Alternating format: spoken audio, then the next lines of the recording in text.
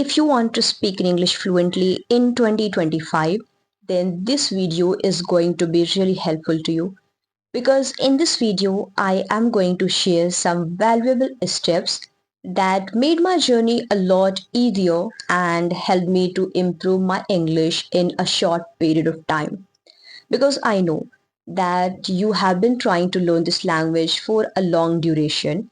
Still, you are not confident enough to speak this language, and you always make hundreds of mistakes that always keep you in the state of mindset where you are not confident enough. You always feel nervous.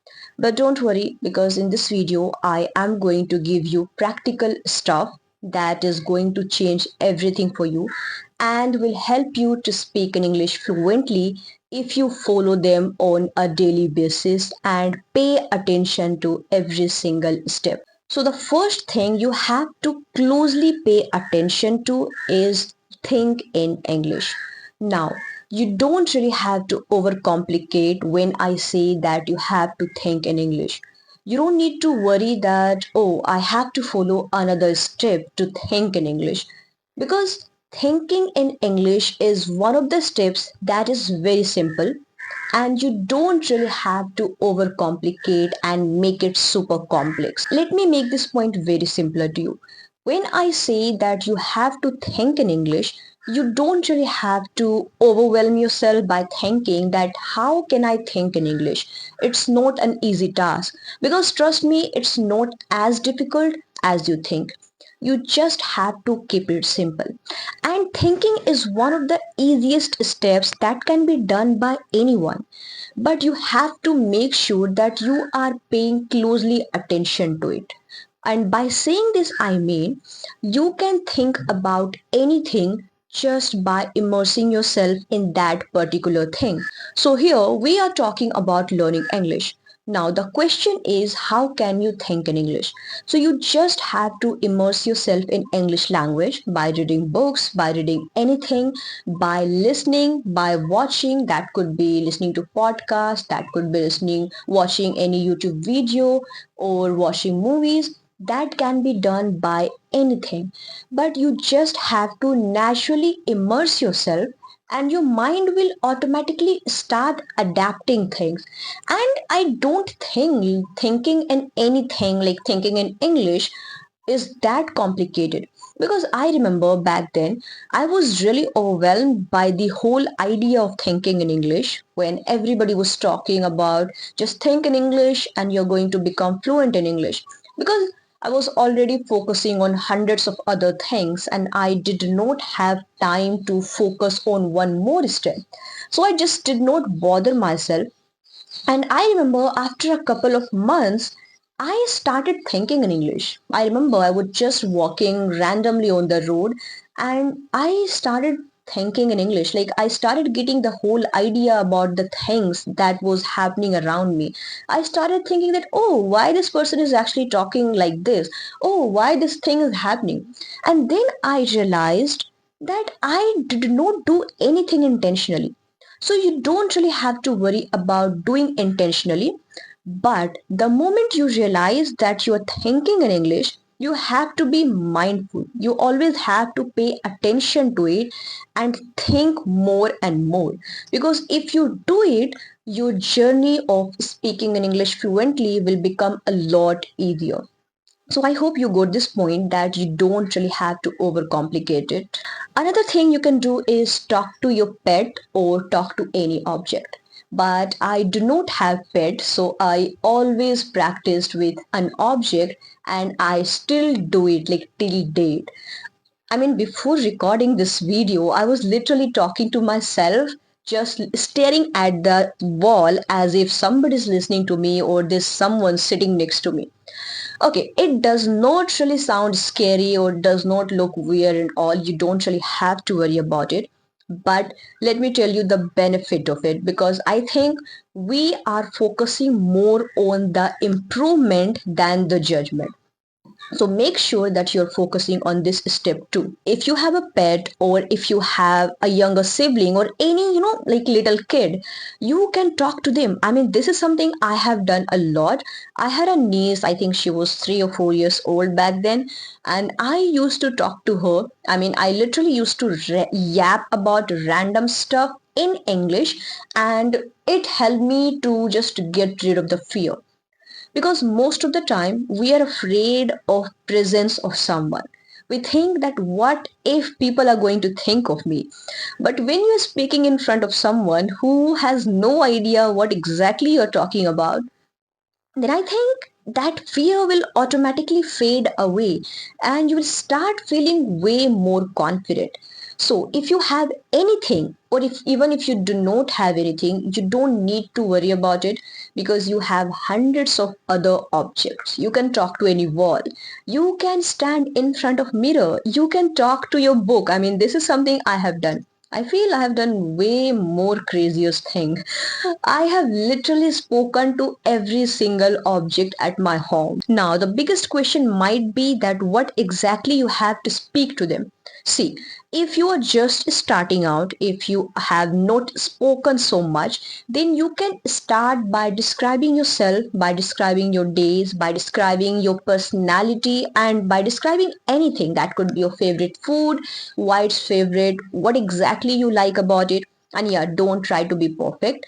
Don't think that you have to sound like a native, or you have to speak like a certain way. You just have to go with the flow. Just train your tongue as much as you can, and things will become way smoother for you later on. Another thing you can do is write down one vocabulary in a whiteboard or in a piece of paper, and stick it in front of your table or your desk. I mean, this is something I have been doing lately, because I always procrastinate when it comes to learning new words. And just because I do not learn words frequently, I have been stuck at this point, and I constantly forget the words I have learned before. And I always find it really hard to just go back and review my notes and all that stuff. So this is one of the steps I have been adapting, and like it's like implementing every single day, is just write down a piece of word with its meaning and uses, and keep it in front of my desk or in front of my books, so that whenever I sit there, I revise it. And then the next day, I'm going to learn any new word and then repeat the same thing. This is one of the best ways to level up your fluency, and you might not really realize about the importance or power of learning new words. But once you have reached to the point where you have to speak in front of people, or give presentation, or represent yourself in front of bunch of people, then at that time you will realize that I wish I had learned those words, because learning new words is one of the very, very, very good habits. And I think this is one of the habits everybody must have, regardless of whether you want to learn English or not. Another important step I would like to emphasize on, that make a summary of what you read. Now, I'm not going to talk about what exactly you have to read, because I've already mentioned that in so many of my videos. Because you can read anything. You can read any article, you can read the comment section, you can read any book, you can read the post on social media, you can read any article, you can read newspaper. I think you have hundreds of things to read about. Read anything, and no matter how small or how big that article or that chapter was, just try to summarize them in at least 5 minutes. For 5 minutes. Summarize them for 5 minutes. So this is one of the steps that will help you to think deeply, and just come up with so many new words which you have learned but do not use them frequently. Because once you just sit in a place and you have to speak at least for 5 minutes, you have set a timer or something like that, you have to force your mind to think about the best words you can use to describe your situation, to describe what exactly you want to say. So I think summarizing what exactly you have read is the best way to help you focus on speaking as much as you can. Because, first of all, when you were reading, you read it out loud, so it trained your tongue to speak in a certain way. Now you have to force a little bit to your brain that just come up with all the words you have learned so far and help you to create sentences and help you improve your language skill. And the last step I really want you to do is write down the comments.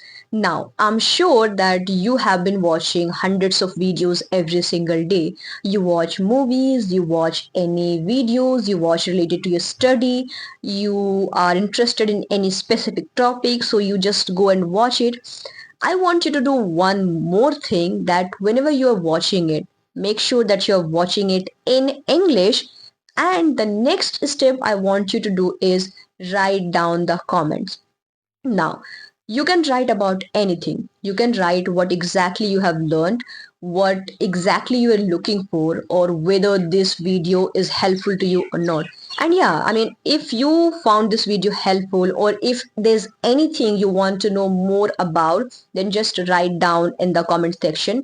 I will make sure that I am replying to every single comment. So, yeah, you have to do it because this is one of the steps that helps you to just go through everything, whatever you have learned. And you can also use all the vocabulary that you have learned in the video. You have to just summarize it in at least 50 to 100 words. I mean, try to make it shorter, because if you are doing that, then it will help you to just be clear on what exactly you're writing about. So that's all about this video. I hope I provided you some information that will help you to brush up your skill and move faster in your journey. I wish you very good luck in your language learning journey, and I will be back with an interesting and amazing content very soon. Bye bye.